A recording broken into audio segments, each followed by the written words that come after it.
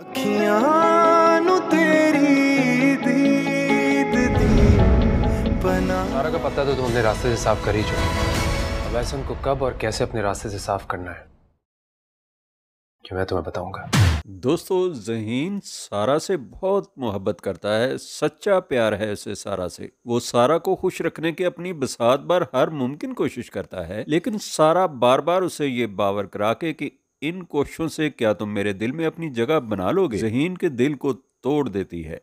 लेकिन ज़हीन ने सारा की हिफाजत अपने ज़िम्मे ले रखी है।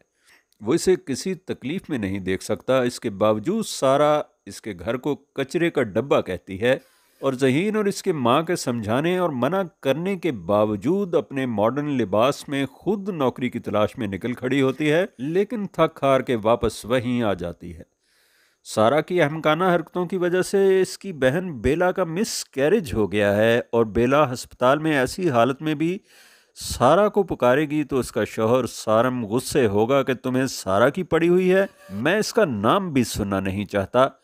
इन हालात में शाज़मा और वहाज खुश हैं और वहाज शाज़मा से कहेगा कि सारा का पता तो मैं अपने रास्ते से काट चुका हूं, अब एहसन को कैसे हटाना है इसकी प्लानिंग मैं तुम्हें बताऊंगा। तो दोस्तों, हमारी इस वीडियो को लाइक कीजिए और हमारे चैनल को सब्सक्राइब कीजिए। शुक्रिया। अल्लाह हाफिज़।